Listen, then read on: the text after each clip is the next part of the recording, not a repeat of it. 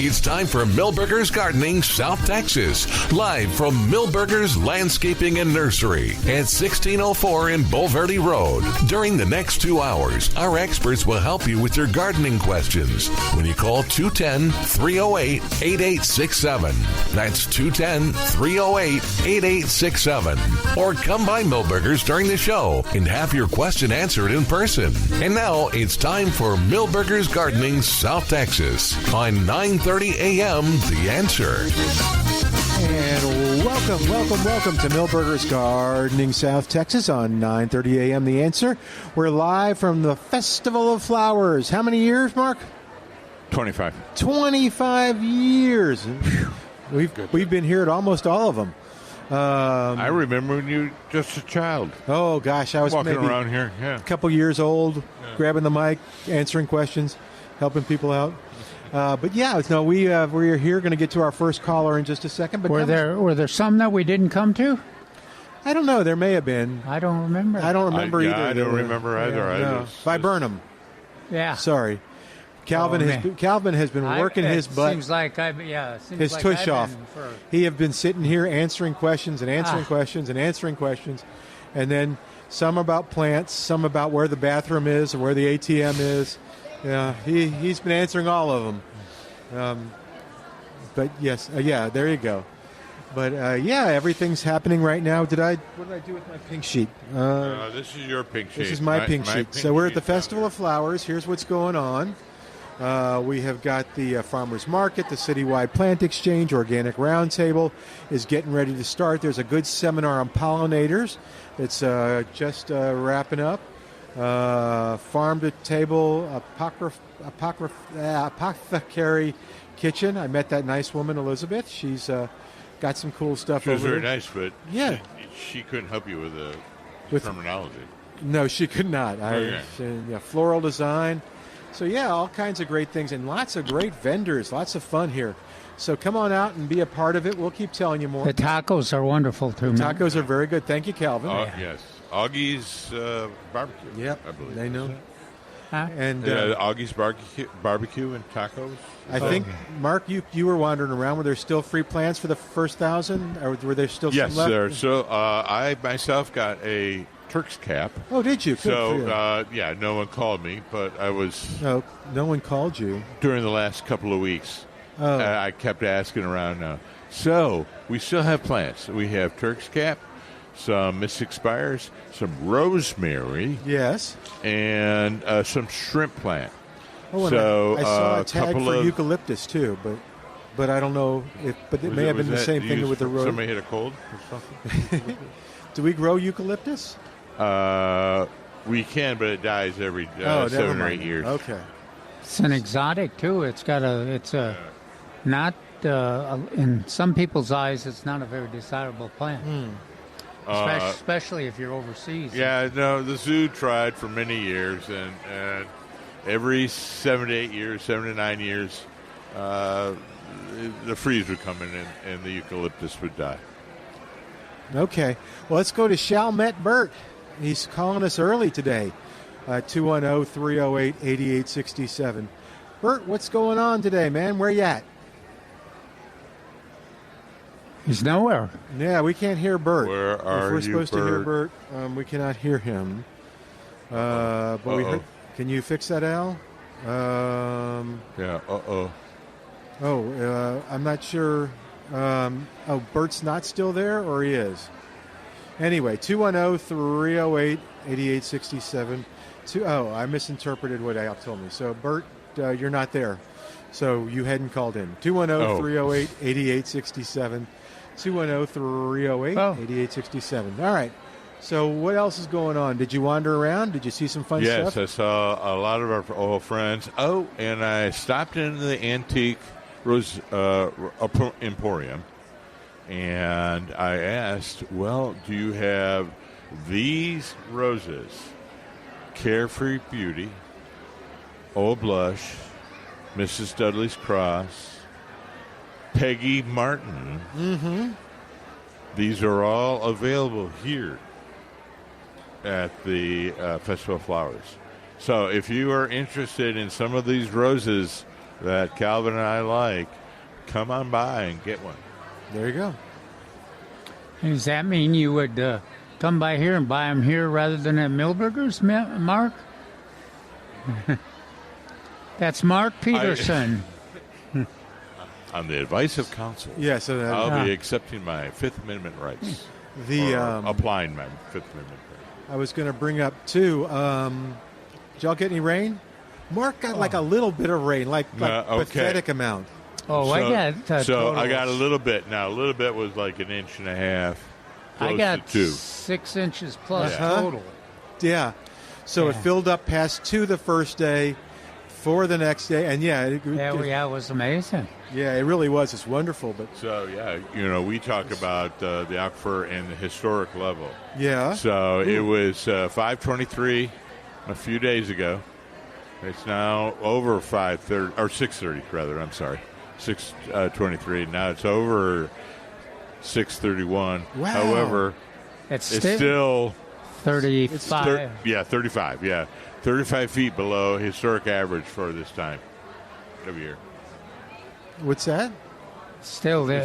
Still way below the historic average for this time of year. In other words, we need about another 6 or 7 weeks of what we just went through. But the good news is that it did not. I mean, it backed up over the fifth tier restrictions. Right. Yes. And I thought you were going to say it hit right over that big red spot that's occurred over the past 5 years at the intersection of Bandera, Kendall, and Bexar counties. That has been an extreme drought for the last 5 years, and guess where all that rain fell on? Right on top of that big red dot. So it fell where it was needed the most. Very, very good. Well, so we should still see it going up. And are we expecting any more rain? Yeah, it seems like I think next week. In fact, that they were. I don't know that they were predicting over 50% in terms of rainfall. Okay. But it was still, there was moisture in the air and everything, so there's some potential. Yeah. Good. Yeah, I think tonight there's potential. There was potential last night, but it didn't come to fruition. I think there was like a 40% chance at 2 a.m. Yeah, something like that. I was looking at the skies. The skies were very angry that day, my friend. They were? Yeah, last night. But like an old man sending. Yes. Trying to send his cold soup back. Yes. All right. I don't know if Calvin got that reference. Huh? I don't know if it's okay. But yeah, it filled up our water thing plus more. Well, it overflowed in my rain gauges, so I don't. All I know is there was the small one. There's more than 2 inches, and then I had a big saucepan that was 6 inches deep, and that filled up and went over the top. So that was a real blessing. So hopefully everybody got that, at least that much rain, and it would be great if it could continue. All right, 210-308. Yeah, it would be nice. I'll check the weather in a minute.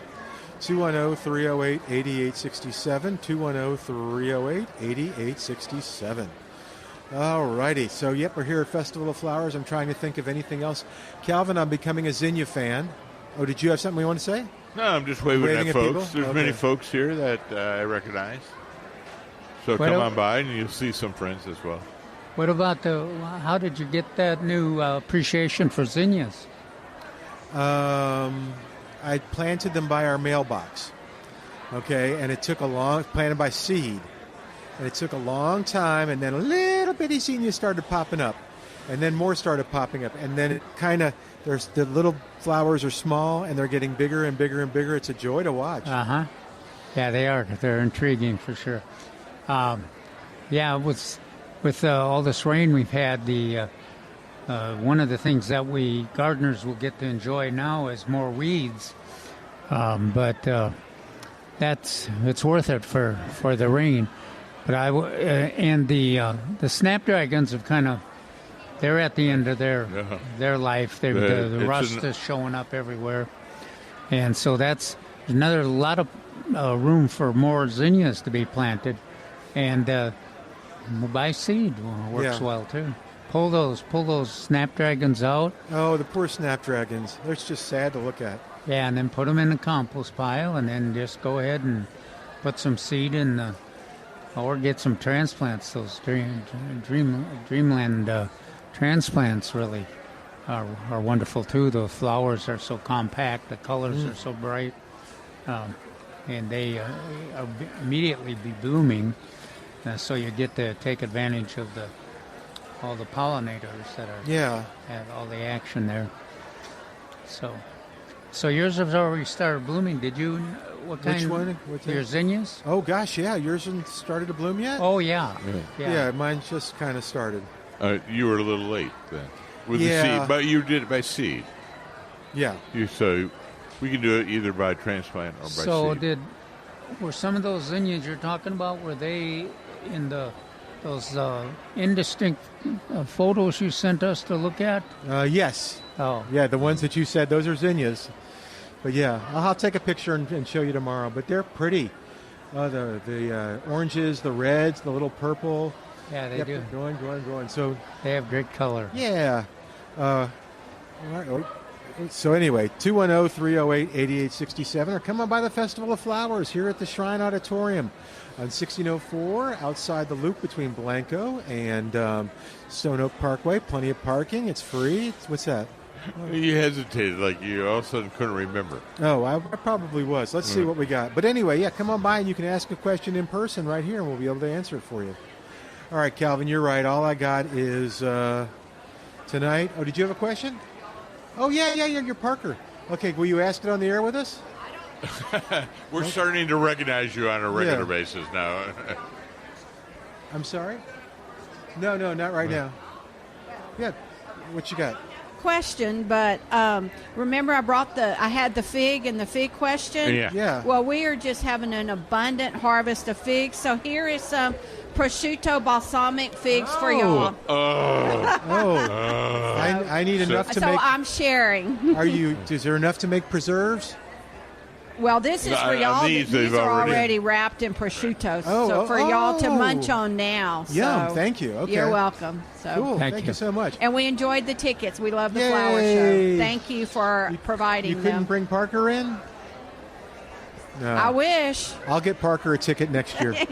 He was not a happy kid, but every now and then he has to stay at home. That's okay. Thank you. Well, so thank much. you.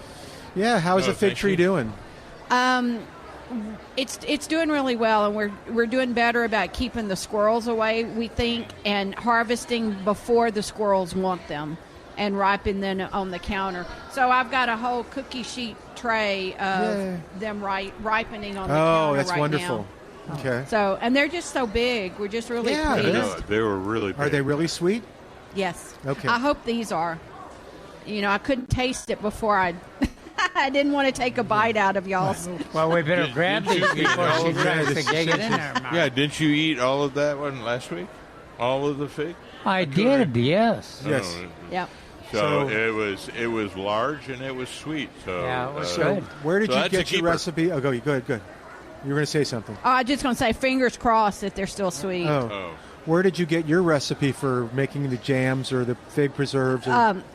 Passed down. Really? I just, my mother canned all the time. And so I go back to some kind of an old cookbook and just trying to figure it out, And there's an old German cookbook from Fredericksburg that also has the German section in it, and it's got some good recipes to go by. Sprechen Sie Deutsch? Yeah. No. Nine? No. So... All right. Well, again, we'll see y'all probably next weekend at Millburgers. So. All right. Hope so. Bring Parker. We want to see Parker, too. He will be with us. Oh, gosh, yeah. I'm trying to figure out how many figs we need. We do it with honey and lemon as the gellers. My wife does. Yeah, I'll print out a recipe for you. Cool. All right. Thanks. All right. 210-308. Yes, ma'am. Did you have a question? You recommended Millburgers recently. Thank you.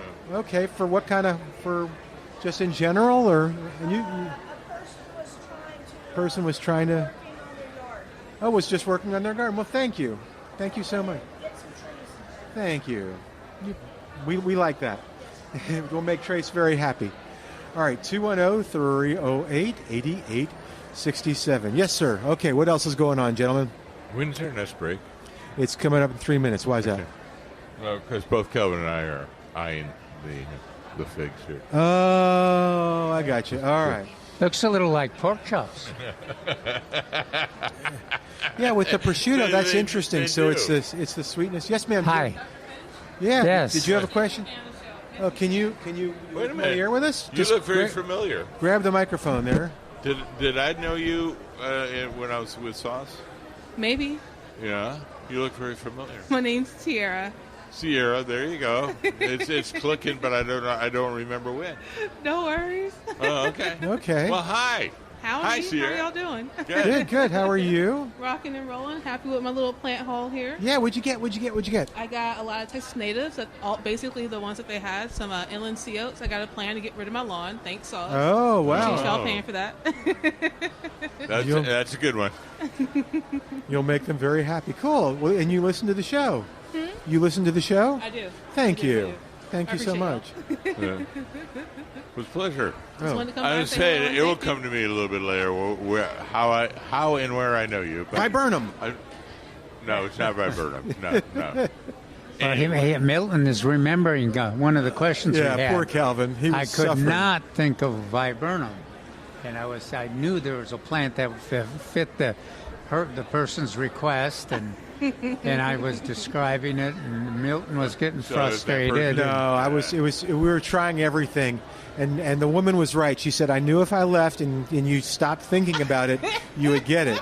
And Calvin was just thinking, Viburnum!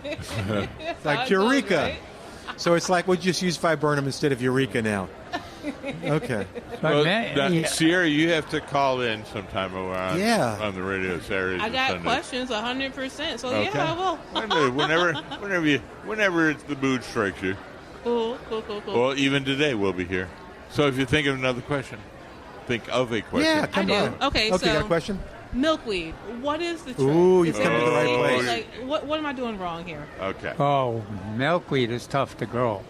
Yeah. Very, very tough. So it's not a me thing. It's just tough. It's just Yeah. hard. Okay. Well, but it's frustrating and challenging because the contrast is so much that once it's established, it's a weed that is very hard to control and hard to kill. But if you're a butterfly advocate, like a lot of us gardeners are, and you're trying to grow milkweed for the monarchs and the queen butterflies, it seems like it's almost impossible to get it to grow. Yeah. Like I want to plant on purpose, and it's all like, we're not going to live here. Thanks, but But we had one of our gardeners stop by before the show to give a report, and she said that two of her showy milkweeds that she had planted 3 years ago, as in response to one of the classes, are blooming now. It was just amazing that finally that something, and the white flowers and it actually had some size to it, but the bloom showing up really is an indication that it's ready for action and ready for, well, in the fall be ready for, hopefully if the monarchs get it early enough, they'll be able to lay some eggs on it. I'll keep trying. Yeah, that's what you got to do. Well, but what we're trying to do is figure out the best native milkweeds to use, and also the techniques to use, so that makes it the easiest to grow. But I'm coming to the conclusion that they're not easy. They're not easy to grow. They just they've evolved to be very important to the monarchs and very successful in terms of long-term survival. but they've not taken into consideration our interest in having them grow in our backyards, you know. But and then some gardeners keep reminding me that, you know, how can you all get so excited about those milkweeds? They're one of the ugliest plants around. You know? I don't. That's funny. That's funny. But Well, the showy that the gardener was talking about, they're attractive. Oh, get a little closer to the mic so we can hear you. No, you get a little closer to the mic. Oh, me? Okay, my bad. Perfect. Thank you. That's okay. You're cool. He drives us crazy. I know. Well, listen, thank you for coming by. Thank you for listening. If we can't, of course, you can't reach us now. So I that know. helps. I got to throw things at him. That's why funny. Calvin gave me this. Just all right. Hey, Thank I you. appreciate y'all. Love the show. Thank you Thank so much. you. Thank you. Bye bye. Bye-bye. All right, we're going to take a quick break. While we do, give us a call, 210-308-8867. Or you're welcome to come by and tell us how much you like us. We don't mind. Back in a moment with Milberger's Gardening, South Texas, live from... What if they don't like us, Milton? Oh, don't come by. Okay. Okay. Back with more Festival of Flowers. We could pretend that we're off the air or something. Yeah, we'll just be quiet. Yeah, there you go. Back in a moment on 9:30 a.m. The Answer. And welcome back to Milberger's Gardening, South Texas on 9:30 a.m. The Answer. Hey, you heard that commercial for our Red, White, and Q event, and that delicious food you're going to get for a part of it at the Texas Pride Barbecue. Do you know where they get their delicious sausage from? Prusky's Market. Absolutely, they do. Edmund helps Is them out. that here? No. No, that's a different place. But yeah, so if you're looking for great food that restaurants enjoy serving, restaurant quality food, Prusky's Market is the place to go. It's right there on Highway 87 in Atkins, Texas, and you will not be disappointed. Start off with the sausage if you've never been there, or maybe the Yanta Ranch's beef if you're looking for outstanding beef. One of the stories that Edmund told me a long time ago, and it's true, is that someone came and complained about, this chicken, the breasts are more, I can get it cheaper down the street. And Edmund said, yeah, you can get it cheaper, but you can't get the same flavor. Just try this one. And they came back, to their credit, and said, oh my gosh, this has flavor. My other one didn't have the flavor. I have to put stuff on it. Prusky's Market is absolutely great. Get some ribs, get some stuff, and you enjoy yourself with something from Prusky's Market. Sausage, poultry, beef, whatever you want. You'll find it there in Atkins, Texas.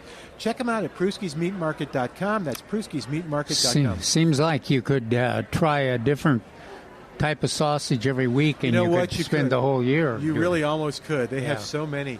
And if you're going out there, here's your homework assignment. Try the Texas potato sausage and call Calvin tomorrow and tell him what you think. All right. That's great. I smell sausage. Do you smell sausage? No. But anyway, all right, 210-308. Maybe it's just, what do you call it? It's the power of suggestion. Psychosomatic. Yeah. Is that power of suggestion? I'm going by next week, so I'll pick up some more sausage. All right, 210-308-8867. 210-308-8867, the number to call. Let's make sure we don't have any calls. And nope, no calls. Yes, sir.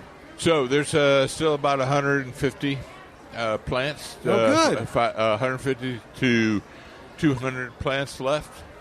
The free plant, one per adult. I didn't mention that earlier. Okay. One per adult, please.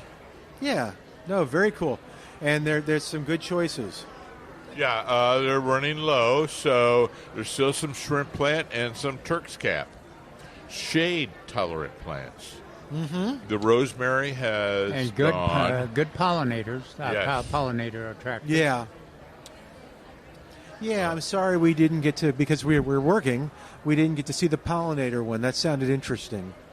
I saw the tail It was end like of it. from 11:30 to 12:30. So Right. Now, there was, as I walked in, yes. you'll enjoy this. As I walked in, she was discussing when to prune down the tropical milkweed. Oh, really? Oh. What did she? Oh, it's moving forward. I think she was saying it should be pruned on Labor Day. So 1st of September? Yeah. Wow. Yeah. Yeah. I was listening, and I went to turn to Andrew, who's Yes. part of the Andrew. Gardening Volunteers South Texas. And I just turned over and said, well, that's not what Calvin and I think. Ooh. Okay. So anyway, That is tough because I can just see those butterflies complaining and moaning. It is an excellent nectar source, and they seem to favor it. They do. Yeah, and so I'm like, I'm not gonna cut those down just yet. And not only we concentrate quite often on the monarchs, but all of the pollinators love that tropical milkweed too. So it's really hard. It would be really hard to cut it back. Now I do advise cutting it back, but I think you and I agreed about the end of October, about Halloween, or did we want to go further? At least, earlier? We debate depending on how inspired we are by the growth of the milkweeds in that particular year, or October 1st or November 1st. Yeah, somewhere in there. Yeah, but it is what we're worried about. Mark and I are worried about, and a lot of the people that are advocating for the cutting it back is that you don't want the monarchs that are migrating to stay too long in the Central Texas area. You want them to get filled up with nectar and then get their migration in time to get down to the wintering grounds before the cold weather gets them. Now, are you seeing any more? Are they mocking you at your house, the monarchs? No, I haven't this week at all. So, well, of course, with the rain, it was that's a good point. To see. So what should perk up because of all the rain? I was telling Laura I was trying to act like I knew what I was talking about. Well, and I said the roses will probably perk up now because it's a cooler night and it's they got all that water. Well, everything's going to be competing too, though. Yeah. Oh, geez. With the weeds, So the first thing on your walks, yes, you'll notice the lawns are much happier. Yes. And green. They do love rainwater. There's a little bit of nitrogen in there. Yeah, that's what so the first thing you'll see is the lawns just perking up, but then all your plants, all your woody plants, will start showing their leaves or darker color to a certain extent. Oh, good. Okay. Just checking on something. But also keep in mind. We don't want to overemphasize this, but if a lot of our gardeners concentrate on growing things in containers. The containers are looking good, and they've benefited a lot by this rain. But this is not going to be the reservoir there, the soil reservoir. So you might have to water some of them in a week from now, or even a shorter distance, because they got a big top of foliage that keeps the water out of there. They got a well-drained situation, a small situation with soil, so the water doesn't accumulate in there. So your situation is different with containers than it is with a regular soil. So I have a weird container question. Are you ready? Yeah. I'm afraid so. Okay. So you remember I have our zucchini, right? Yeah. And it's in a container, right? Yeah. So I was overthinking it and being overly cautious. And when they were predicting hail for last Sunday, I said, okay, I'm going to pull it out. I'm going to put it under something. I'm going to take the container and move it so it doesn't get beat up. Why is Mark doing that? What? I don't know. You're overcautious. I know I was overcautious. Okay. So I'm extending my eyes and hands heavenward. Okay. Oy vey. So the pot is in the grass. And so when we pulled it out, when we pulled it up, here's what we got. So all the roots that had grown down through the bottom of the pot, well, now we've put it back, and the pot doesn't seem so... the pot doesn't seem so happy, and the plant doesn't seem so happy. And I'm wondering if moving it and tearing all those roots out of the soil that it was in affected it. Well, it'll affect it for sure. But, Yeah, it'll affect it, but long term. Okay. but the zucchini will find a way to. It does look like it's coming back.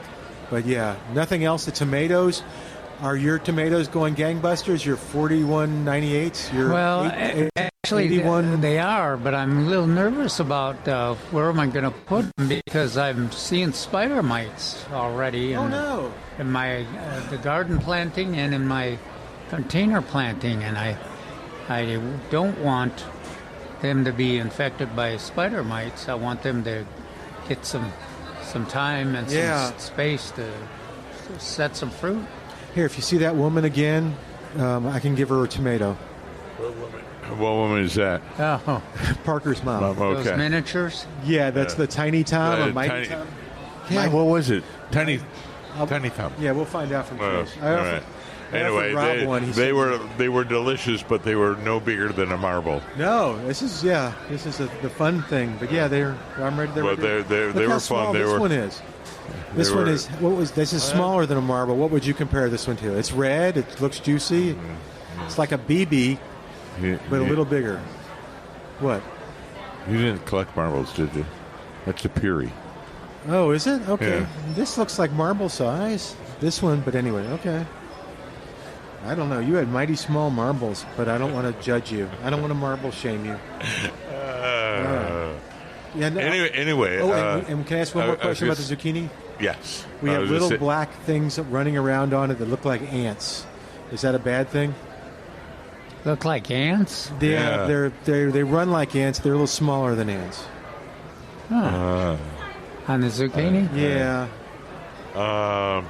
I don't know. Okay, I'll take a picture. of them. Yeah, take a picture of them. My Southtown story with my zucchini is Oh, yeah. I waited a bit too long hoping for the rains, Oh. and my zucchini bought it. Bought Oh. it big time. I have to get some more. Okay. So it's not too late if people get I inspired. can't. Hey, you want to come on the show with Yeah, us? yeah. Did you have a question? Oh, he reads your column and appreciates what you Oh, do. good. Thanks. I think he was talking to Mark. No, he was talking to Calvin. All right, 210-308-8860. Although, yes? Coming in, some people recognized me and said, Oh. "Oh, I still read your Saws articles." And I went, Oh, "Oh, that's that's so nice. nice." Yes. Hey, oh no, it drops this week. What drops this week? Speaking of you, and seeing it? So the videos with Gardening Volunteers South Texas will be dropping on their website, and I think they shorten it to gardeningvolunteers.org. But first Friday of every month, the 2 new videos will appear, and one of them is at Haven for Hope. I know. What did you do to me? No, nothing. I think Someone here turned and caused a feedback. someone here for Haven for Hope, and they have a beautiful garden that the families and their client families can participate in and enjoy for a little respite. It's mostly pollinators. It started out as a vegetable garden, but it was invaded by various weeds. I'm trying to think of that. The one weed that sedges, or what's that invasive weed that you can't get rid of? I can see Cat's it. claw? Huh? Not cat's claw, right? No. Horse herb, The little the root things, the little Sedge. sedge. Yeah, they're one of the sedges. Okay. Anyway, Okay. it was invasive. They couldn't get rid of it, so they just took that as an opportunity rather than a challenge. It's an Yes. opportunity, and they made a beautiful pollinator garden, and you'll be able to see it on Friday. Okay. Very, very, very, very, very cool. All right, 210. You'll see that. And where does it drop? What? Where do I see it? So it's I believe they shortened Gardening Volunteers of South Texas to gardeningvolunteers.org. That's where I Okay. believe their website. I believe you can get to it on either way. Okay. So, Alrighty. Let's take a quick break, and we'll tell you more about that next week, too, after it drops, and we'll talk more about it tomorrow. 210-308-8867. I'll be able to remember the second one. Okay, 210-308-8867. Back in a moment on 9:30 a.m., The Answer.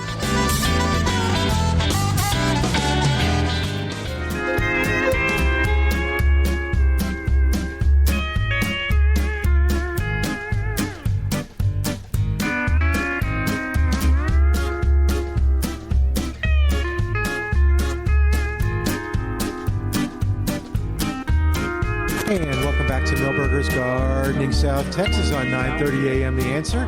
210-308-8867. 210-308-8867. Ed, do you want to come tell us what you're doing here today? You're working. I'll tell them you're volunteering for that.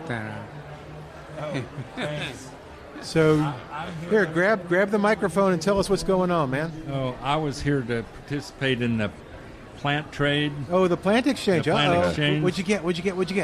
Well, I got 36 tickets, but I've already used up 30 or 29 of them. Yeah. Oh my goodness. And I actually saw some people That's bringing in talking stuff about? just now. Oh, yep. They'll bring it in throughout the day, though. Yeah. It's mostly the good stuff is in early in the morning, but it does trickle in. Yeah. So you have to pay attention to Yeah. get the good stuff, you know. Are you volunteering with somebody? Oh, I brought in,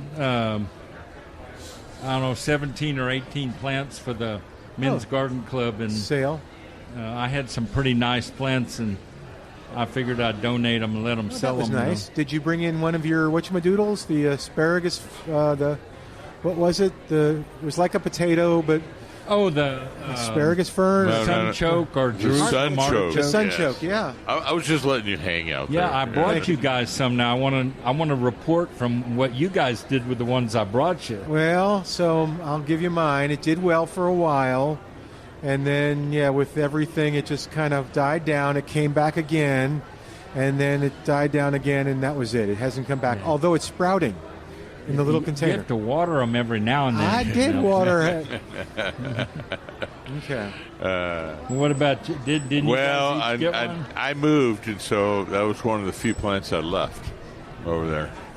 Well, mine were sitting out on a table all winter, and they've all come up and started growing again, so they must be relatively cold hardy. Oh, no, mine. But they do need mine got water. upset. Yes, they got do need water. Occasionally, maybe a little bit of fertilizer, but not much. Yeah. But water is the most important part, and usually you have to do that on a consistent basis. But they're very responsive. They'll dry out, and then you swear they're done for, and then they get a little water and they're perked Well, up. at least now I know when I bring y'all something that I only need to bring 2. No, that just hurts. My varnish tree is blooming like crazy. Which one? What's blooming like crazy? What's blooming like crazy? My varnish tree. Oh, okay. Y'all want to I talk didn't about- know it's a beautiful tree. Is it? You must live with good soil. You must live where there's good soil. The Japanese varnish tree. I live between Hondo and Bandera, and all I got growing is cedar trees and cactus. Okay. Well, a Japanese varnish tree has really big leaves, and they have a nice green trunk. Yeah, they have a Kinda green pink. trunk, Oh, and that they look sounds real pretty. tropical. But Yeah. I had one growing in a 5-gallon bucket for, like 15 years in Bulverde. Even when we had one winter where we had like 3 or 4 days where it didn't get above freezing, and every spring that sucker would just sprout out and start growing. And I took it home. When I moved over to by Hondo, I planted it. And it's like And it's still growing. 25, 30 feet high right now. As soon as it got in the ground, it liked that, But I got some of the worst soil that you can imagine. Oh, really? Yeah, And it's like exceptionally well drained. yeah. It's hard to keep anything wet. You're close to the recharge zone. That's why. Oh, okay. Oh, yeah, I have recharge features. Yeah. No, I sort of know where it is. No, okay. He won't tell me exactly, but I don't blame him. yeah, that's a good Well, point. I live due west of Incarnate Word, about 30 miles. Oh, okay. That's vague enough. And I'm at the edge of the hill country. Did you have a question? Oh, okay. Yes, please do. Oh, did you? Thanks, Ed. What kind of question can I ask? You're on the air. You can ask anything. You're on the air. What's going You're on? on the Yes. Hi, do you know anything about natural burial? Oh, hi. Yes, I do. Yeah, talk about But a little bit about it. Okay. Well, correct me if I'm wrong, because that's such a large term. I'm just thinking you're in something that decomposes Yes. naturally. Yeah, Natural. You're not in the ground. I knew I recognized you, but Yes. yeah, You're not in the ground. You're in a container that will decompose. She's with one of time. our vendors. here. You would like to know more about natural burial because natural burial is totally natural. And anyone that's interested in nature and plants and flowers and birds and butterflies. What if they're not interested in dying? Well, a lot of people aren't. Yeah. And I say, you're not interested in dying, but somebody's got to take care of that body when you're pronounced dead. And suddenly it's like, what would you like for us to do with your body, sir? And people go, I don't know. So that's when you want to know about natural burial, if you're interested in it. Yeah, they can visit you here today. You can come here and visit. And what's the name of your place? It's Countryside Memorial Park. Okay. And here in Lavernia. Okay. And natural burial is no embalming, no concrete, no big vaults, nothing invasive. How did we get in this, body. Ed? He asked me. I was just No. Well, cool. Tell us your Because first people name. want to know. She's a very Sunny, attractive right? woman. My so name it's is Sunny. Yeah. Thank you, So when you come over here, ask for Sunny. And Ask you can for talk me, to her. yeah. She'll tell you. I guess it's somewhat appropriate because we've been talking about milkweed. Yes, we have. Actually, you can, but you have to come every few days to water it. So you probably don't want to plant anything. No. But luckily, I've got 20 live oaks that are actually growing now. And when you get buried right next to one, your body decomposes. If you feed that tree, and as the tree grows, your bones are cradled by its roots. I like that. That's what's natural about burial. Very cool. Poetic. Thank you, Sunny. Yeah, you're welcome. Thanks. Yeah. Thank you. All right. You take care. Thanks for Bye. visiting with us. Talk to you soon.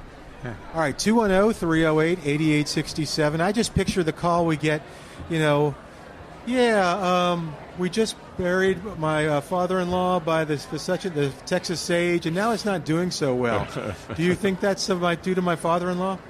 But no, it's a cool concept. Or how close do we have to put the body to the surface of the soil to get maximum nutrients out of it? That's interesting. Yeah.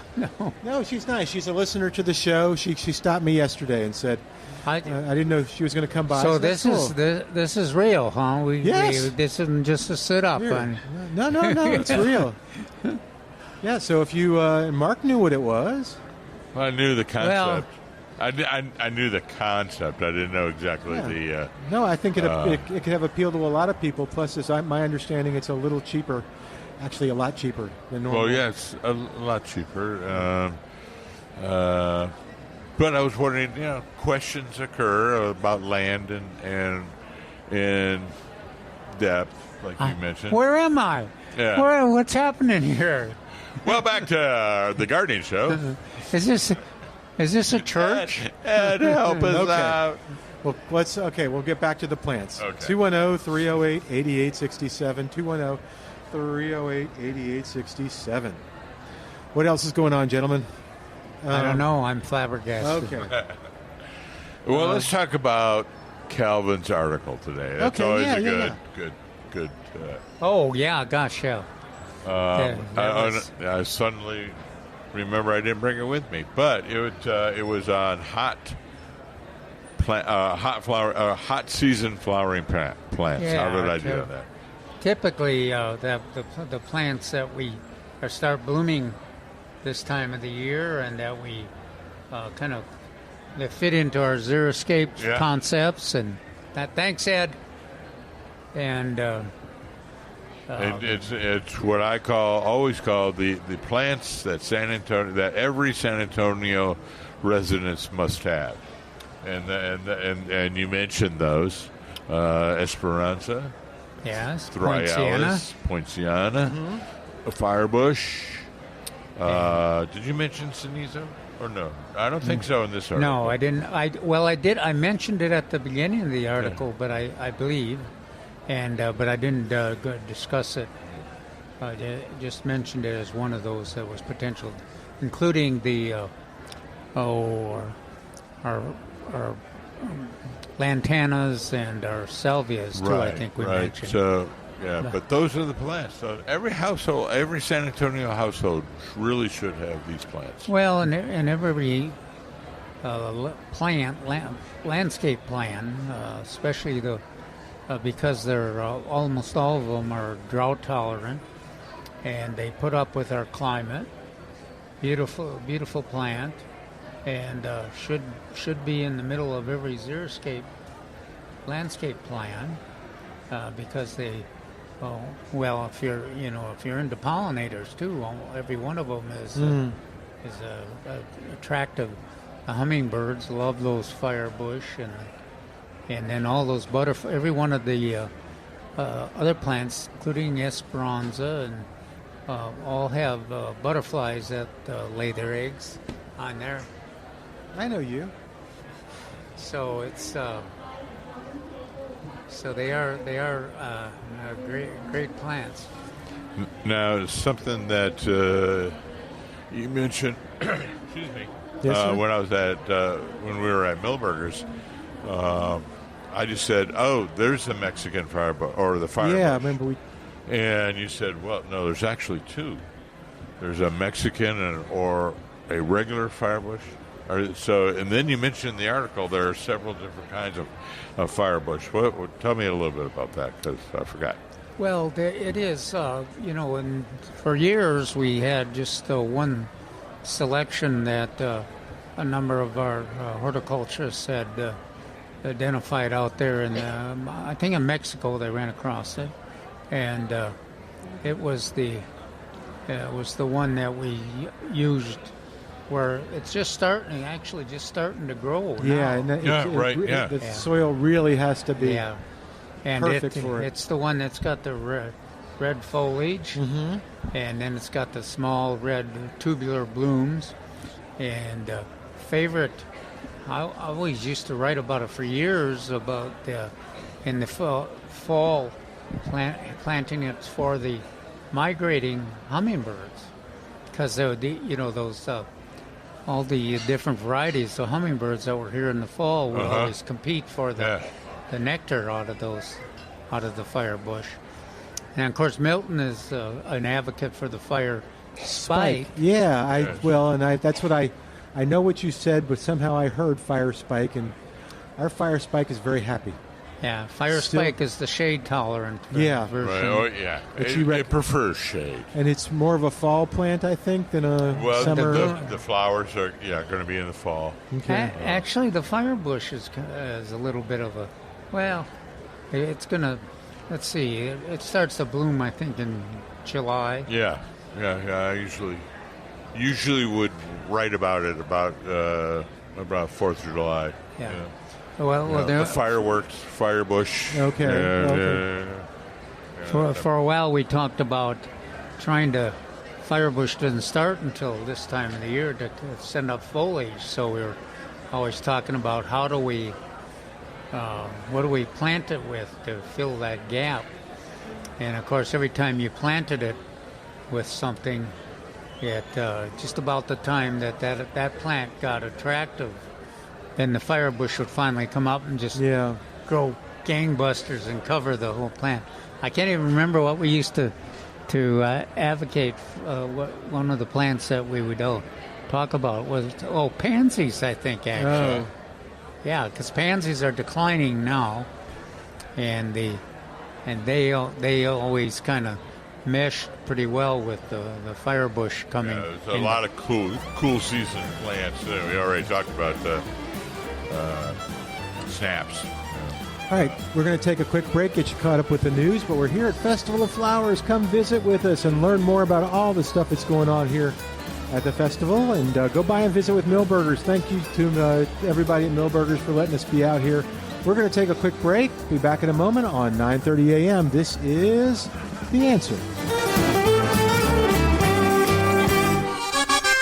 We're back with Millburgers Gardening South Texas, live from Millburgers Landscaping and Nursery at 1604 in Bulverde Road. Come out to visit or call us at 210-308-8867. That's 210-308-8867. And now back to Millburgers Gardening South Texas on 9:30 a.m. The Answer. And welcome back to Millburgers Gardening South Texas on 9:30 a.m. The Answer. We're not live at Millburgers today, thanks to the folks over there. They wanted to support the Festival of Flowers, so they said, yep, you guys go out there and you broadcast and help people out there. We're back at Millburgers tomorrow, so join us there, and come on out if you couldn't come out today. What's that? Here? They can come to both. No, we're not going to be here? No, we will not be here. We'll be very lonely if we're here. Okay. Well, we could be here, but the parking would be much easier even tomorrow. Yes, it would be. It's still free, but it's yes. So let's see what's going on. Bob is walking around, and I think he's trying to tell people that the Organic Roundtable is getting ready to start. So that's all the experts on organic gardening. They all will be here. Yep. Bruce Dooley, Stuart Frankie of Medina Products, Sam Sitterly. Yep. Of Green Grow Organics. Oh, and but they're all here. I saw some of them walking by. But there's lots of vendors, lots of things to do. And the cool thing is if you watch people, they're just talking. They're talking about what they bought to their family. They're talking about it to people they've met. They're learning all kinds of stuff. So, yep, we're having a good time. 210-308-8867 if you want to come out here. 210-308. I'm sorry, if you want to call, 210-308-8867. All right, so it is now the end of May, beginning of June. What do we do at the beginning of June? Because tomorrow will be the beginning of June. Hi, did you have a question? Can we... I'm sorry? Actually, yes, way on the stage. There were some there, so but I don't know if they're still going on. But they were were going on the stage that way. She was asking about activities for kids, and we do have some. Yes, we do. They have a kids zone. They have a kids zone, and I don't know what's going on over there. Contrary to many folks, I'm no longer a kid. Oh, yeah. So, some folks believe. Well, no. People were just calling you immature. Well, yeah, that too. Sorry. All right. So anyway, June to answer 1st, your question, June 1st is what Calvin and I have been preaching. This is the summer season. What do you plant and harvest in the summer season? Peppers, okra, eggplant, peas, southern peas. That's right. And it won't be long before we'll be planting a new tomato crop, too. Oh, that's right. I think they're coming in July, he said. I was going to say. Oh, and you'd mentioned that you were worried about some spider mites on your That's right. Your I was thinking about, it was exciting to see the tomatoes growing as well as they were. And we were talking about the rodeo tomatoes and everything. And then suddenly... Now there's a lot of notice there's a lot of spider mites out there in the garden and in your tomatoes, and so that's one of the reasons why we try to harvest our crop in June and plant a new crop in July because it's not unusual for us to spider mites to develop this time of the year in the heat, and then So it always works. Seems to work best if we have 2 crops. Yeah, and that's why we have determinate tomatoes, so that they can grow and produce the crop and then pass away naturally or unnaturally. Well, let me ask you a question about that, because I got a question from somebody yesterday. Their tomatoes are gorgeous. They're big, they're tall, they're green, they have flowers all over them, but they will not produce fruit. And when I asked what varieties, they talked about Better Boy, and there were some other ones, and none of the ones that I recognize as being determinate. Yes. So, that's right. So yeah. So is that what happens if you get a variety that's not right? Maybe you get it at a big box store or something like that. There you go. Box stores that shall be nameless. But, yes. Yeah. So those are the indeterminate. Right. And what they're going to do is put all their energy into growth, and they may or may not produce fruit in August and September, but by that time they're Spider pretty much mites have eaten gotten up them. by spider mites or heat. Yeah, the heat will get them too. Calvin, what are you doing about your spider mites? Well, I have. I'm going to harvest the fruit that's on there, the full-size fruit, and then I'm going to pull the plants if they're. Try to keep ahead, get the plants that are worse infected. In fact, some of the varieties, even if they're the recommended varieties and they're determinate, some of them are more susceptible to spider mites than others. So you just want to put that down in your notebook or keep it in mind, and so that you concentrate on using the varieties that work best for you. But get those harvested and pull them out in June, and then replant in July, the second half or in the middle of July. The new it's kind of ironic, because now we're trying to get the crop that we have growing now. We're trying to beat the heat, and then the crop we plant in July will be trying to beat the cold. Yeah, that's exactly right. Yeah. So, and are we unique in that we have the two, not specifically San Antonio, but we have 2 seasons? So if you were in Michigan or Minnesota, how many seasons would you have? You'd have one. Oh, well, we always had one. Yeah. Okay, and then when lasted from when to when?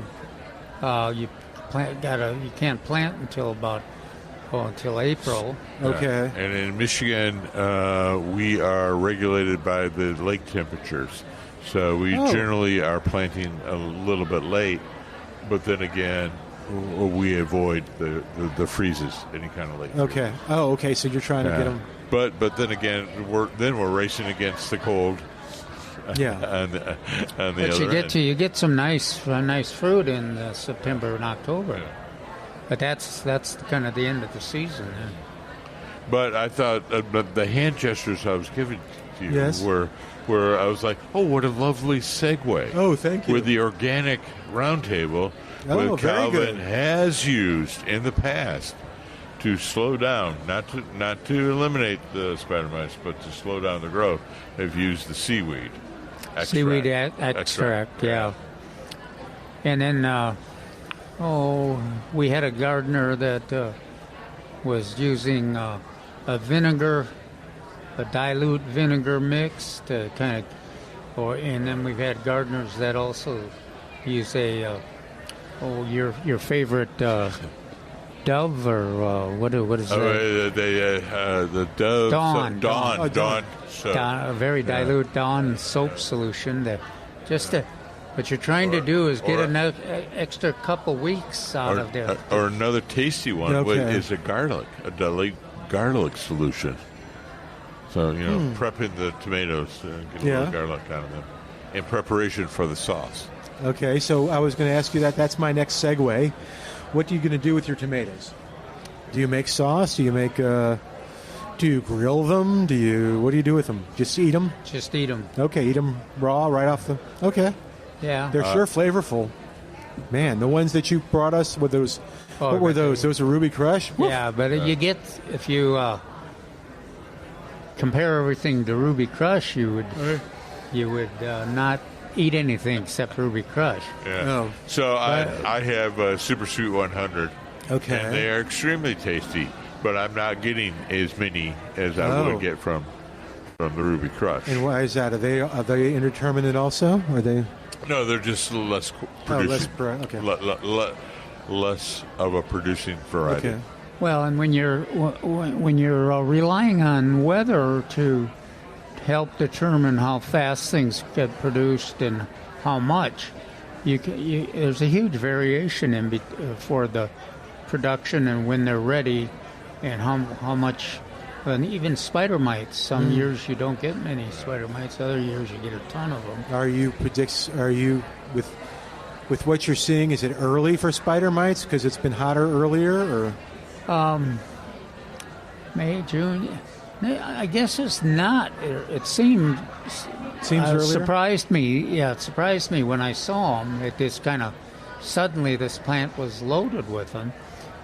So that surprised me. But then when you look at the calendar, it's we're one day away from July. I mean June. June, yeah. Yeah, and then we want to get everything harvested by the third week in June.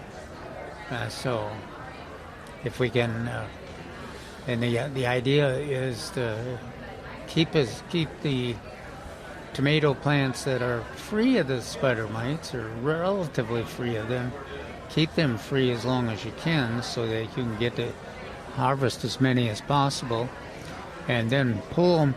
And that one of the key things is when you pull them to try to keep those spider mites intact, not leave them behind. Yeah. Well, do you like Trace's idea of doing the bag over the thing and then cutting them at the bottom? I have a little trouble with that because of the tomato cages. Oh, okay. Yeah, you have to try to get those tomato cages off without knocking all the spider mites off. Now, and that's maybe there's a secret technique to do. We'll ask Trace tomorrow if he worries about the tomato cages. I know he's answered that, but I don't remember how. Maybe he cuts it off and then puts it in the bag and then takes the tomato cage off. Yeah. Or cuts a little bit, some slits on the side, make it bigger. Mouth. We'll find out. Yeah, okay. But if you didn't have to worry about the tomato cage, because I can see that. But yeah, it's like this is great because all you're doing is bagging, cutting, and you don't have to worry about the spider mites. Yeah, and you wanna get the spider mites along with the infected plant parts into the garbage.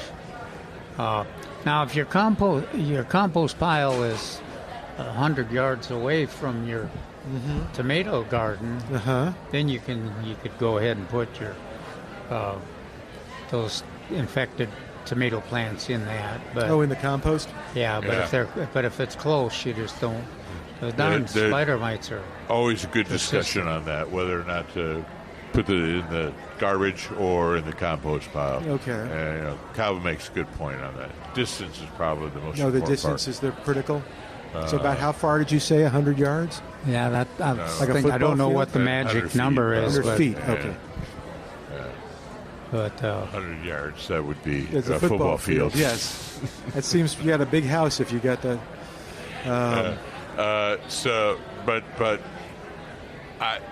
When people from other parts of the country come to Texas and they want to know a little bit more about gardening, they always are horrified when I go, well, on July 4th, we celebrate freedom from the garden. We clean out the entire garden and dispose of all the plants. And they're like, And I say, well, no, you're growing these peppers and okra and eggplant and so. But they're like, what? Get rid of all my other plants? And I said, you're cleaning the garden. Yeah. Because those are hosts for spider mites, a lot of spider mites. Yeah. But that is hard to get gardeners to go along with. That's in the same league in terms of taking action, like cutting the tropical milkweed back. Yeah.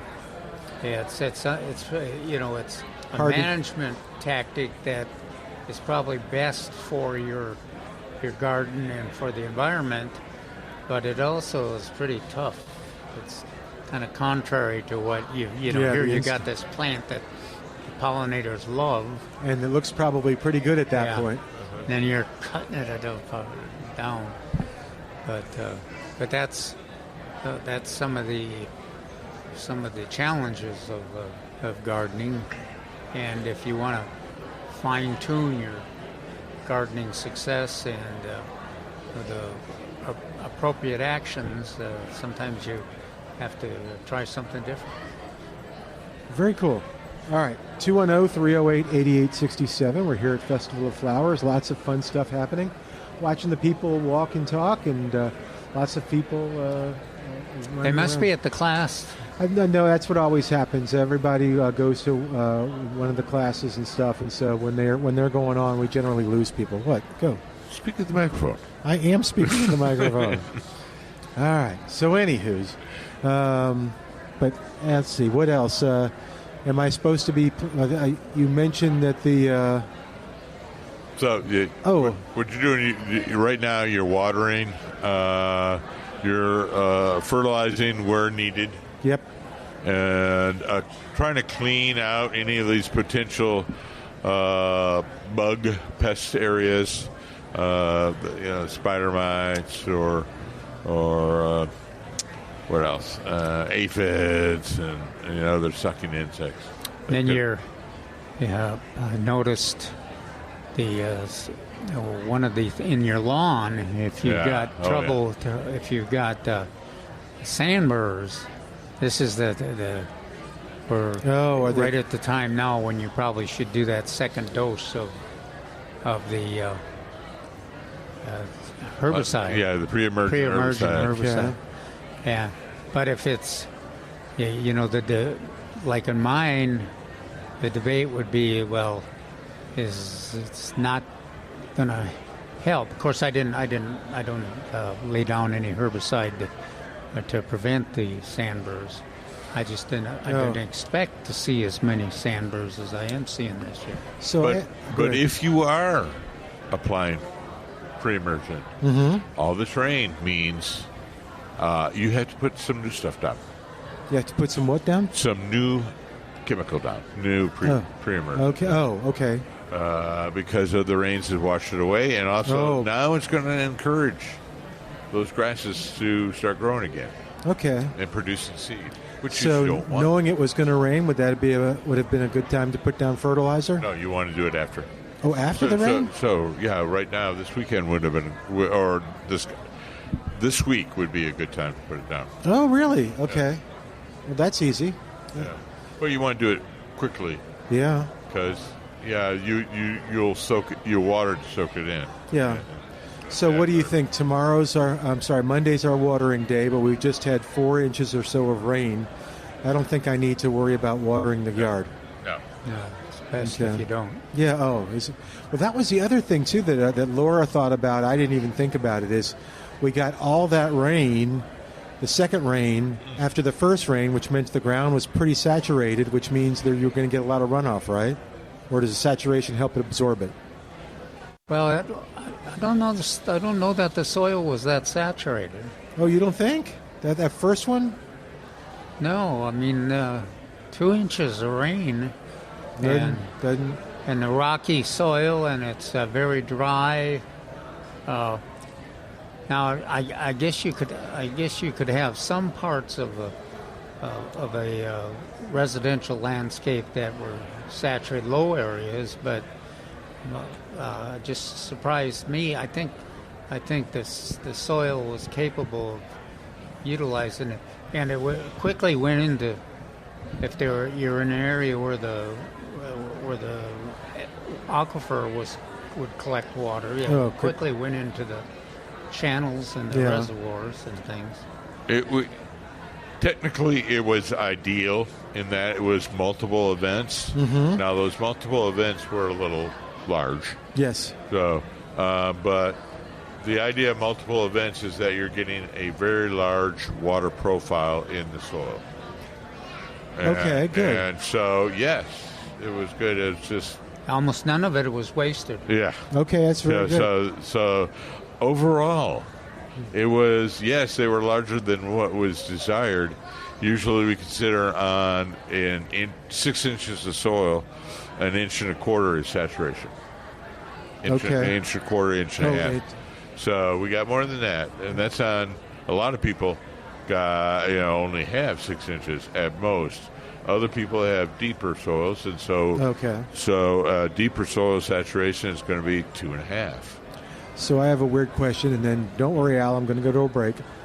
So I don't know if you saw this, but where I live, if you went walking after the first rain, and even the second rain, but not quite as much, but the first rain, you saw mud all over the street in front of people's houses. So I'm presuming that was runoff.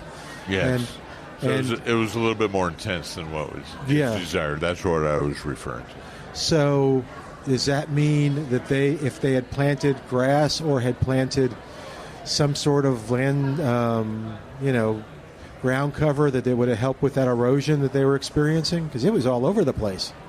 Some places, I think it's localized though, but then there were other areas where, 2 hours after the rain quit, there was the remnants of the material that had been moved, but everything else was dried out. There really wasn't. We had mud all over. Yeah, my dogs are mud dogs, but they were kind of disappointed because there wasn't much of a remnant of mud there. No, they should have come over to our place. Yeah.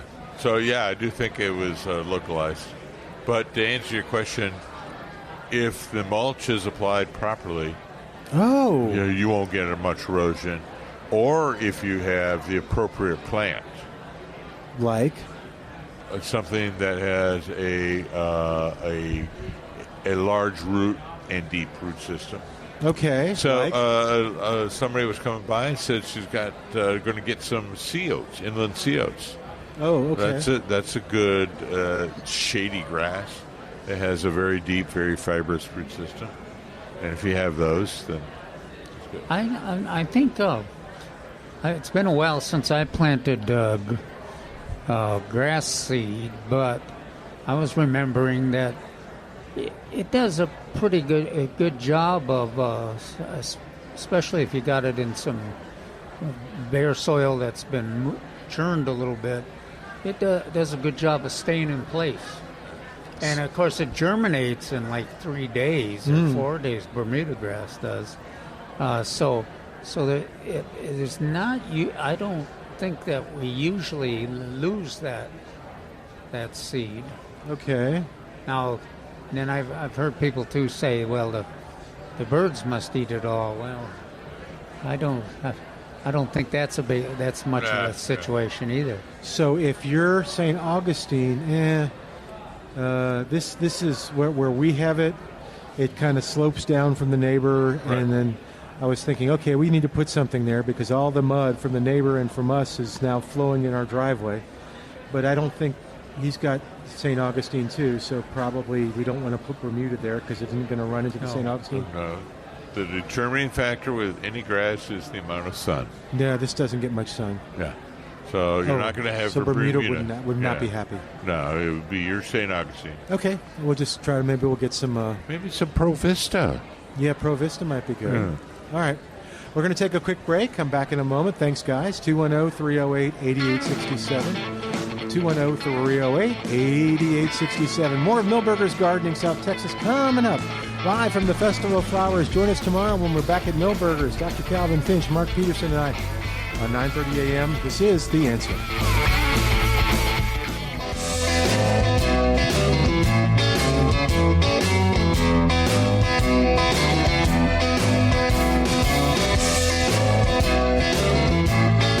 And welcome back to Millburgers Gardening in South Texas. Y'all keep talking. You're okay. 210-308-8867.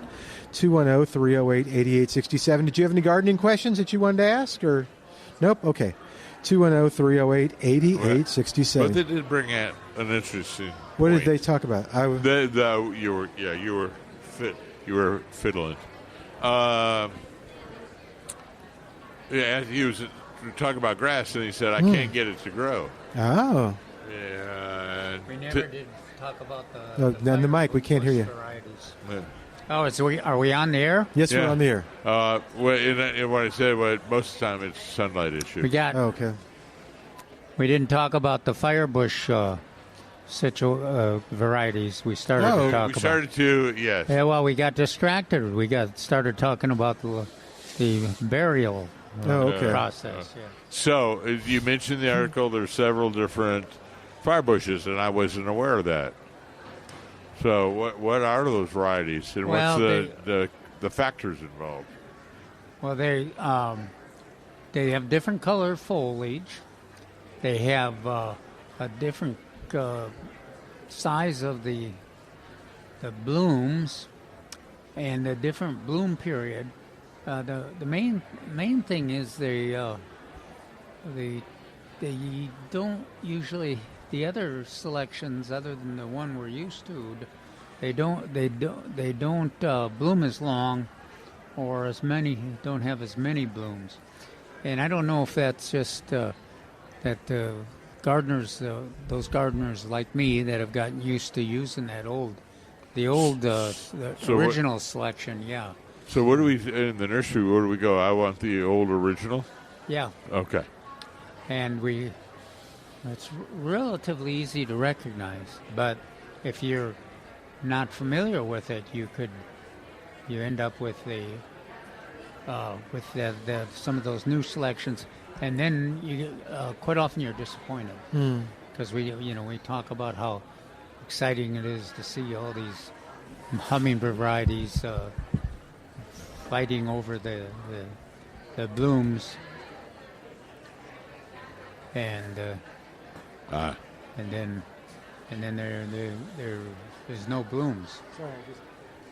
So Something dropped by my feet. So anyway, so the newer ones are slower then. Well, the ones I'm familiar with they've got a different look, smaller foliage, not as aggressive in terms of blooming or growing. So, and maybe we can try this tomorrow too. Maybe we can get a report from gardeners that have tried a number of the selections and see if they've found that that's true, that the original one is the one that works the best, or maybe it's just because we're used to it. Yeah, but I do love them, but they're so slow. They really need warm weather, just like the Pride of Barbados. And speaking of, there's a couple different varieties of that. There's the big one, Pride of Barbados, and then there's a yellow version, and I think there's a new version out there as well. Okay, I'll have to look at it. I'll have to investigate that. And sometimes these new varieties, they have the changes are changes so that make them more desirable as a horticultural plant, but the changes may not make them as desirable for a pollinator plant. Okay. Depending. So you got to kind of take that into consideration, depending on what you want. If you're, like your firebush is, you want one that blooms when the hummingbird migrants are coming through. You want to make sure we get, the traditional one is the best. Has anybody found a problem with the Texas Gold Star Esperanza? Because that was an improvement for more blooms early on. I haven't heard of any. And kind of a shorter height too. So, have you heard anything about that? Speaking of, well, of course, the old-fashioned one is you don't get any blooms till the fall, and right. It's got to be big. And it's a big plant, and you had mentioned that in the article as well. And the flowers are droopy, tumped over, and So some people have written to me, and even today, but they used to write to me a lot more. It says, you recommend Esperanza, but mine doesn't flower until September. And I went, yeah, you're using a selection that's a true Tacoma stance, Esperanza. You're not using the selected variety of Gold Star Esperanza. Yeah, which you can tell. Texas Gold Star. Like at the nursery, we've got in the 1 gallon containers or the number 1 pots. They're blooming all over the place. Right. Yeah. Well, and that's an issue too, because you might come face to face when you're sponsoring nursery. It's easier for them to get a different selection because of the demand for the Gold Star, and then if you're horticulturists or naturalists arguing for the native Star, the original, you get an ugly look from your sponsor. Yeah. Oh dear. But that's an of course, I can't imagine Trace giving us any ugly looks. We'll ask him tomorrow. Yeah, right. You do it, Milton. We'll be behind you every step of the way. My Esperanza story was just seeing a neighbor. That didn't sound good. Seeing a neighbor who had them, it froze down to the ground. And yes, they will do that. And then pretty much after the big freeze ended, started coming right back up and blooming. Mm-hmm. I mean, it wants to grow. It's great. Oh, they're amazing. Yeah, they really seem to be. There's some, and of course, Millburgers has them, so you can get the Gold Star there. What else is like that? What else has that Esperanza quality? That's easy to grow. I guess is like we were talking about your pentas, but they're not perennial, are they? No. Okay, so they're gonna die. Yeah, but that a lot of times that's what happens is that the demand, there's a very desirable selection or variety, and the demand gets so high for that one that it can't meet everybody's demand. Mm-hmm. And so then they come up with the replacements, and kind of dilutes the value of the place. Yes. Obviously, there's some error, some situation. Well, anyway, I think something spilled over and fell. No, okay. So that has happened. What? I'm not going to say when or where, but the demand for Texas Gold Star, for instance, was so high that a few of the native Tacoma stands, Esperanza, filled the market. Okay. To try to meet that demand. I'm not going to say which big box stores were involved. No, don't say which box stores. But anywho, okay. So I have a question too. I'm asking for a friend. I didn't do this. Yes. Okay. Okay. So this friend has a big oak tree, and the friend was out clearing the beds of weeds, and broke off some Purple Heart. So he said, "You know what? There's nothing but soil here by this big oak tree. I'm going to push some of this Purple Heart down and see what I can get going." And the Purple Heart is doing great. But then I remembered, and I told my friend that Mark said that you don't want to put something that has to be watered by the oak tree trunk. So I was going to say, but I see people do this in landscaping a lot. They put the Purple Heart right by the tree. Is that an issue? No, so that is a good option. Oh, is it good? Well, Purple Heart doesn't need much water. Exactly. Water. Okay. So recommend people do not water in a certain radius, depending on size, anywhere from 2 to 4 feet next to a live oak. They don't like it. In fact, there's rules and regulations about another species of live oak in California where they really regulate it. That you cannot come anywhere closer than 5 feet to the trunk of it. But that is the concept. Don't do that. So some people still want to plant there, even I tell them no. They still want to plant something there. So look for options that don't need a lot of water. Purple Heart is a perfect option. Well, and the ones I see are beautiful. The Purple Heart is surrounding the tree. They've made it like that, and I don't know what else you'd plant. I'm trying to think if I've seen anything else, and I really haven't. What else would be a good option? Well, think what you might see in a park on the base of the tree. So, twisted yucca, cedar sedge, maybe tropical cedar, or tropical sage. You see that. You can see that at Milberger. Okay. Near the patio, near the porch, rather. So these types of plants. Oh, there's a cedar sage. Okay. And a cedar sedge. These are all plants that don't need a lot of water, or water maybe 4 to 8 times a year. So my friend didn't make a mistake. No. And you didn't make a mistake. My friend. Yes, but so okay. I tried something else. By the way, this is my second effort, and I tried to do some blue plumbago near there. Is that a good choice, or that requires too much water? That's another good. It is good choice. Yeah. Okay, but unlike the Purple Heart, just cutting the plumbago and dipping it into the soil it didn't take off. Although Laura got to do it in other beds. Is Purple Heart really need tender, loving care in order to start rooting? I didn't think. Not Purple Heart. I mean, blue plumbago.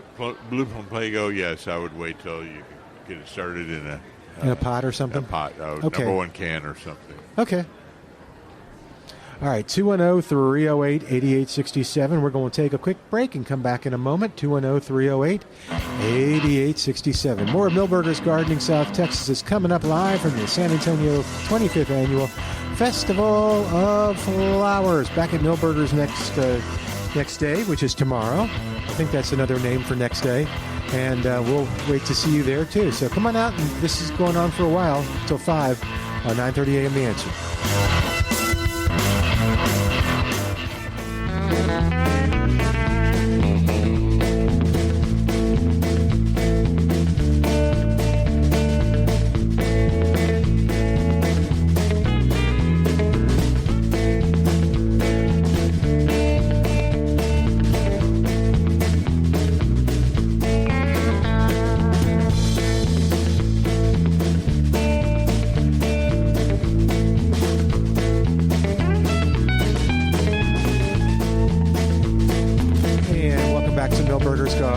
South Texas on 9:30 a.m. The Answer. We have got a question from the crowd here at Milberger's. Yes. Yeah, grab the mic, and you were one of our ticket winners. Yes, thank you very much. I appreciate it. There you go. Yeah. Anyway, my question today is: yes, I bought 2 Esperanzas in a pot that were from a nursery that said Red Bells or Red Fire. And I was hoping to get a true red. Is that what it is? Maybe. There is a Bells of Fire, I think. Anyway, but they did put on a bloom, and the bloom is not red. It's just an orange. Sort of an orangish red? And right. Is that as close as I'm going to get to red, or were these Esperanzas mismarked? Yes. No, that's as close as you're going to get. It's a red that is akin to the shade of color that is on a shrimp plant. Okay. It should be more brighter. More brighter? What's that? Should be brighter. Yeah, the Bells of Fire is a little deeper reddish orange. Yeah. No, like a sunset orange. Yeah. And that's not what you're getting? Right. I won't take it back then and complain about not getting a red Esperanza. Okay. No, it's orange, but it should be that kind of orange. Yeah. The Saw's orange or the. Oh, where is it? Yeah, it's not like. It's darker than that. Yeah. But you have some lovely little knobs on the end of your instrument there. That's what it should look like. Okay. So it's going to be a little lighter. It sounds like it's going to be a little lighter than what it's supposed to. Than advertised. Now, you were just talking about planting things underneath trees. Yes. Mm-hmm. Yeah.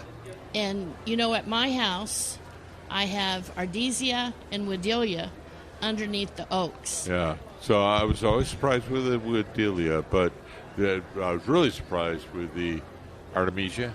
Ardesia. Ardesia. How do you spell that? I'm going to look it up. Ardisia. It's also called Japanese Ardesia. Okay. Oh, that's pretty.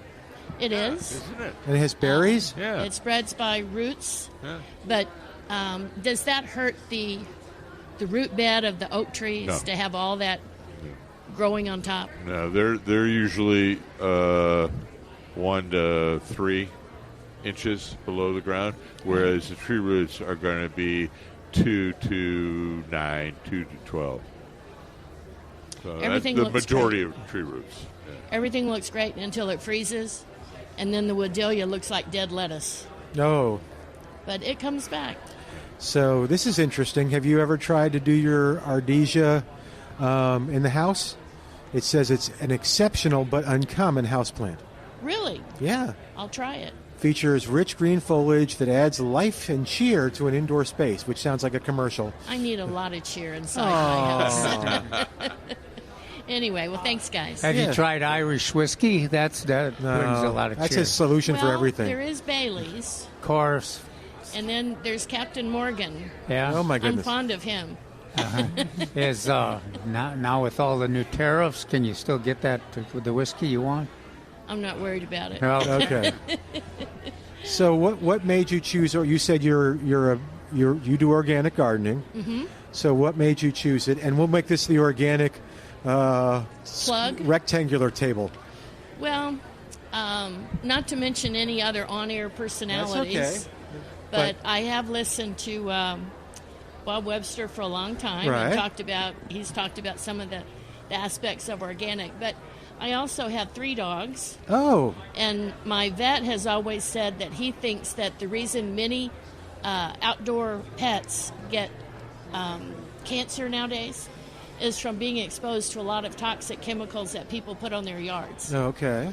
And so I just decided way back when I wasn't putting anything on my yard that would be poisonous for my animals or me.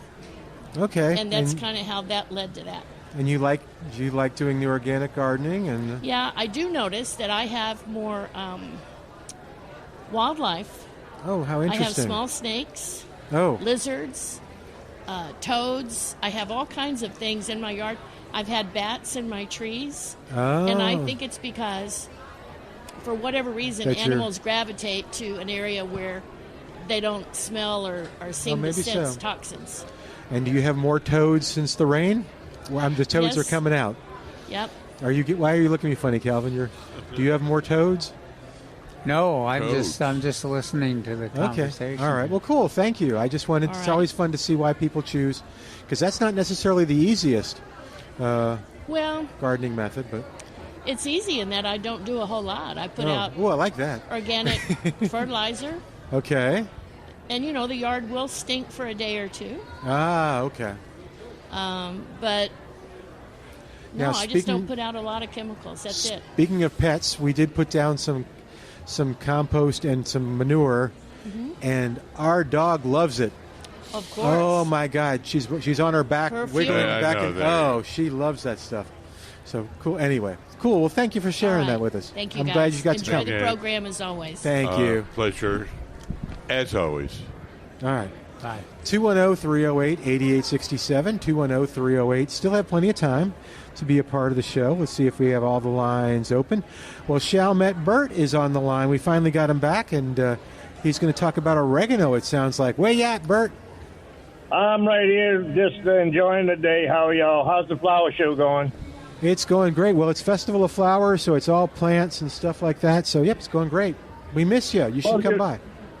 Well, last week I asked Mark, and he said about the Mexican oregano is a shrub bush that's not too edible. And the one I found out, I did my research, the oregano I was looking for, it's called island or Cuban oregano, and it's a semi-succulent. Grew them a lot in New Orleans. They just kind of seem to thrive there. You could pull a leaf off, stick it in the top in a potting mix, and it'll sprout from that. Oh, now this is interesting. This says, because you've talked about this, so Cuban oregano comes up as Mexican mint, too? Yeah, as a that's choice? I also heard it as well, and something thyme as well. Oh. Yeah, I have heard it only as Cuban oregano. Yeah. Okay. But it's very tasty. I mean, it's a very oregano taste, and it adds like when you add it to your salad or salad dressing, it just adds a lot of liquid as well. Very tasty liquid, I'll give you that. And very interesting. And you know what I was listening to y'all talk about this day about growing plants under trees that are very like companionable or compatible. In Louisiana and around the New Orleans area, we always I remember this older lady that was very much into plants, and she had, with her live oaks, she had a lot of hostas, plain and variegated. They just seemed to thrive under the live oaks and in the shade. Yeah. Well, I think it's because you had enough moisture. Oh. You never had to add moisture. Yeah, so you weren't watering. The hostas are growing underneath it. So normally, I would not recommend it. Okay. Okay, yeah, because that was going to be my next question about the semi-arid area that we live in. So I'm tracking on that. And actually, you know what? I actually have my own burial shroud. I've heard about that. I've had that ever since I was an altar boy. But the last one I have is a 100% cotton Army mattress that I have had around with me for almost 20 years. Huh. And I've heard about it when I was stationed in Europe. They were burying people in an egg shape, like they were using ancient type things, putting them in an embryonic position, and then making the cloth laminate, whatever it was all natural, all organic and stuff, and it was an egg shape, and they would put you in the ground and then plant a tree on top of you. Oh, there you go. That's interesting. We're talking a lot about dying today. Hey, Bert, we got to take one more question, okay? Thanks for calling. All right. We're gonna. Bye, Bert. Bye-bye. Pat's on the line, and he wants to trap something. Pat, welcome to Milberger's Gardening, South Texas. What's going on, man? I have a trap, and I want to get rid of a ground squirrel. I just don't know the best bait to use. Ground squirrel? Peanut butter. Oh. Yeah. Ground squirrel, right? Yeah, a little chippy monk ground squirrel. It's the size of a regular squirrel, yeah. Yeah. Okay. Peanut butter. That's interesting. Okay, what do you do with the peanut butter? Just put it on the little trigger on the trap? Well, yeah. It's a good bait because it's sticky and stays there. And it has a nice fragrance. That's creamy or chunky? No, it doesn't matter. Doesn't matter. Okay. That's a Michigan Boy Scout technique. Okay. That's why it's so quick with the answer. Do we want to advise Bert on what to do? Pat, on what to do once he catches the ground squirrel, or he has it figured out? Maybe we don't want to know. I think Pat's pretty knowledgeable. Okay, He's pretty Pat. intelligent. Thank you. We'll just trust that you know what to do. All right, man. How late is the garden show today? How late is it? It goes on to 5. The Festival of Flowers goes on to 5. Yeah. Thank you. You got those Thank you tickets, very much. right? You come on over here. I do. Okay. Yeah. Thank you. Right. You bet. Well, 210-308-8867. We're almost out of time. We'll wrap up our experience here at the Festival of Flowers. Guys, you want to add anything? As always, yes. It is a really fun and informative event. Mm-hmm. Lots of different plants. What do you think, Calvin? Lots of different experts, too, and it's real interesting to have those conversations and to see folks that in the gardening world that we haven't seen in a while. Yeah. And that's always the fun part. No, what have I said the last couple of years? I mean, last couple of months? Sometimes you see people here at Festival of Flowers just once a year, and you'll see them here. Yeah. No, it's fun. And you can see again, and then they have the announcements that they make. You can see people going, "Oh, hey, Bob," or "Ah, Janice, how are you?" So very, very cool. All right, Calvin, anything you want to add? Can't think of anything. It was a great event. The food was wonderful. Yeah, thank you. Go find Calvin's article in the Express News, and you can call us with questions on it tomorrow. That's right, and we'll be in June tomorrow. What? Yes, we will be June 1st. Oh, that's right. Yeah. Oh, I hope I paid all my bills. Oh dear! If we don't find you, we'll know that you're So you were repoed. All right, listen, we're going to say goodbye today, but thank you for listening and being a part of the show. Thanks for coming to visit with us here. It was so nice to see so many people that we know. There was one woman that wasn't here. I don't know where she was, but we'll maybe she'll call and we'll find out tomorrow on 9:30 a.m. This is The Answer.